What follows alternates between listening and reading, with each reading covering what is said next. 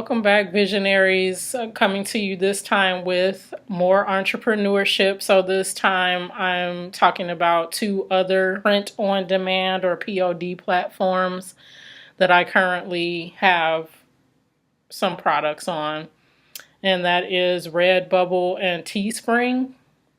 So Teespring, I started on Teespring back in January when I was waiting to be approved by Merch by Amazon. So I had about 10, 20 designs on there, did fairly well. However, during that time, and it still continues to this day, they have a really bad issue, at least with my designs, with copycats.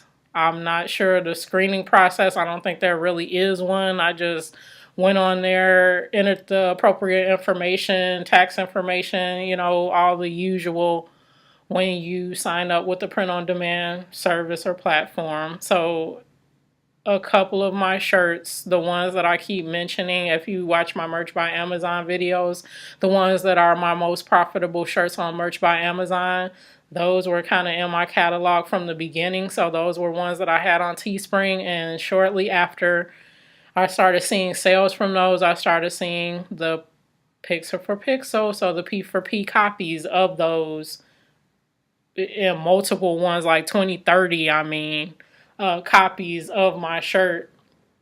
The only difference would be that you saw whatever software they used to rip the design, that it didn't do it properly, and so it would be askew and then have this white line through the one side of it. So luckily it was so horrible that people probably wouldn't buy the shirt anyway unless they wanted it to look like it had a print defect on it.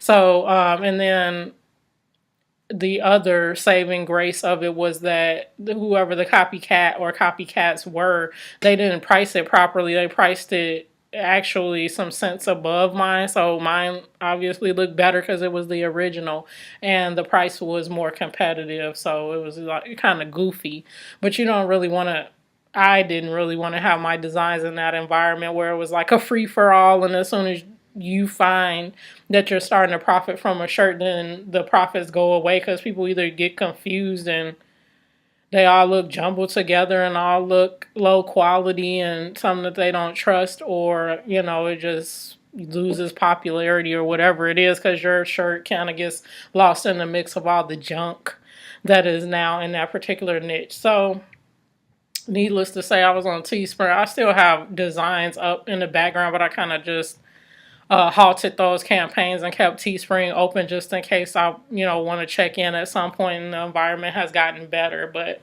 I've kind of laid off of Teespring. Fast forward to February after I got accepted on Merch by Amazon. I was doing that and focusing primarily on that for about 6 or 7 months. I was kind of had my method down and had some great design selling and going into Q4, so that was kind of a well-oiled machine. During that time, you didn't have to have the amount of sales to get to the next tier, that sort of thing. So I was kind of tearing up on a regular basis, and that just helped me stay motivated and keep growing on Merch by Amazon. So I had some extra attention to spare to get on other PODs. And so after the Teespring experience, I didn't know which one I should go to, and so I was hearing things about RedBubble, went on there, looked around kind of from a customer perspective to see if it was high quality, and so saw the uniqueness of the designs on there and was kind of like, well, I don't know if my designs are artistic enough to be on here, but at least it's not kind of that crazy copycat, flea market kind of feel that Teespring had after a while. So I decided to go on RedBubble. Definitely looked at uploading my more graphic design, so graphical in nature, not graphic as in adult content. So in doing that, I probably put up about 10 designs because I wasn't investing a lot of time. I was just experimenting again with my most popular designs to see if they would sell on there. So after 3-4 months, this had to be like October, after 3 or 4 months, the only thing that was selling on there consistently, and consistently I mean like one sale, two sales a month, were stickers on this one particular design I had. And I'm looking like, I'm not gonna invest a bunch of time uploading all of my existing designs or ones that would be best for the platform, the highly graphic oriented designs, to go on here if people are only interested in stickers and things. So I just kind of left it be. And then I put up a couple more designs around December. Nothing happened with those. Still selling stickers and collecting 75 cents and $1.50 every now and then from the sticker sale. So I was kind of like, okay, whatever. Then in early February, I sold my first t-shirt. So I was kind of like, okay, cool. People are looking at other things other than the sticker thing. Because I was like, if I'm going to just keep making dollars and cents here and there, I need at least want to make $3, $4, $5 or more per sale, not, pennies here.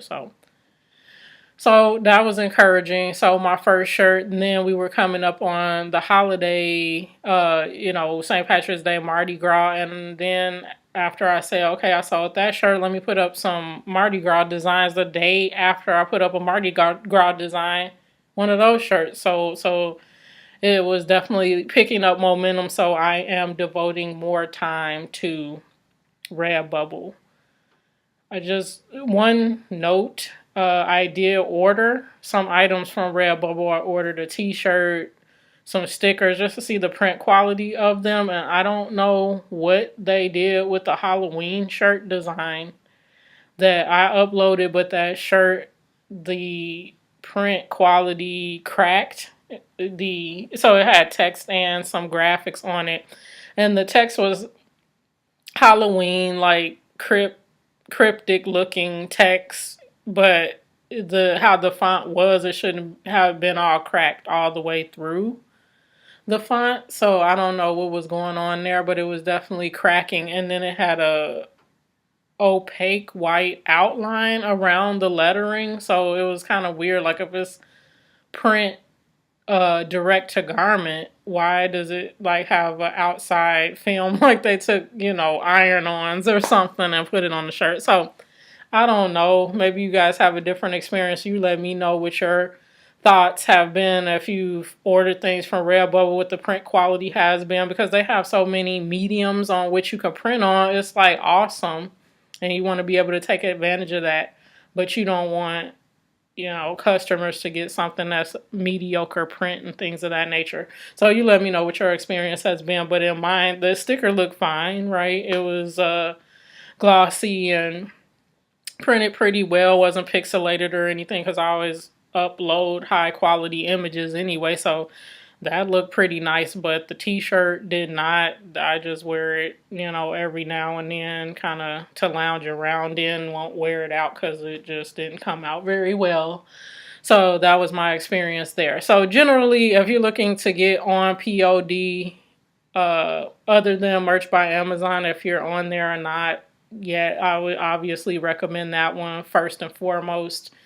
But if you're looking to get on other PODs, Teespring just didn't have the right environment for me to sustain putting up my most profitable designs. I've seen various ones of my designs now get ripped from merch even. And like when I Google some of my shirts, they're on other sites. And so I'll tell you guys about that interesting process, because I emailed some of them to take it down immediately and they did, and some didn't. And so I don't know what my next course of action, if I'll follow up, because that is my intellectual property that they're profiting on. So I don't know, but you can't fight everybody, so it's just pick your battles. But anyway, so Teespring, not my cup of tea. If you, no pun intended, if you have a different experience, please let me know. Please let the community know, the Visionaries. And for Redbubble, I'm going to continue to invest time in it,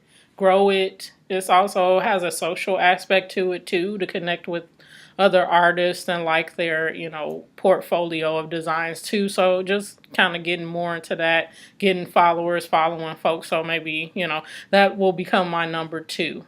I will also share my experience about my Etsy store and what was going on with that, and print on demand fulfillment through Printify and Printful. So I'll let you guys know about that too. But in terms of Teespring and RedBubble, Teespring is on the shelf for now. RedBubble, I'm investing more time in, and we'll let you guys know how that goes. But for now, sales are starting to ramp up. I'm just making sure I push up enough designs to get traction going and go from there, because the royalties from those sales are pretty decent. So I want to keep that momentum going for sure.